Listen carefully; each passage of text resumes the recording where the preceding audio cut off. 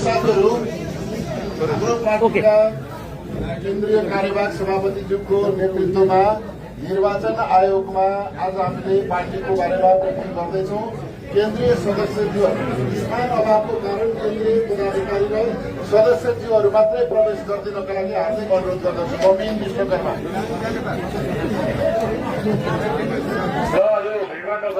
केन्द्रीय सदस्यज्यूहरू मात्रै केन्द्रीय सदस्यज्यूहरू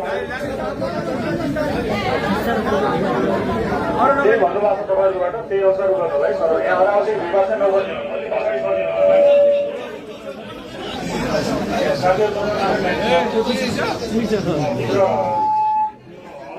अभावको कारणले गर्दाखेरि केन्द्रीय सदस्यहरूलाई मात्रै कुरा भएको छ।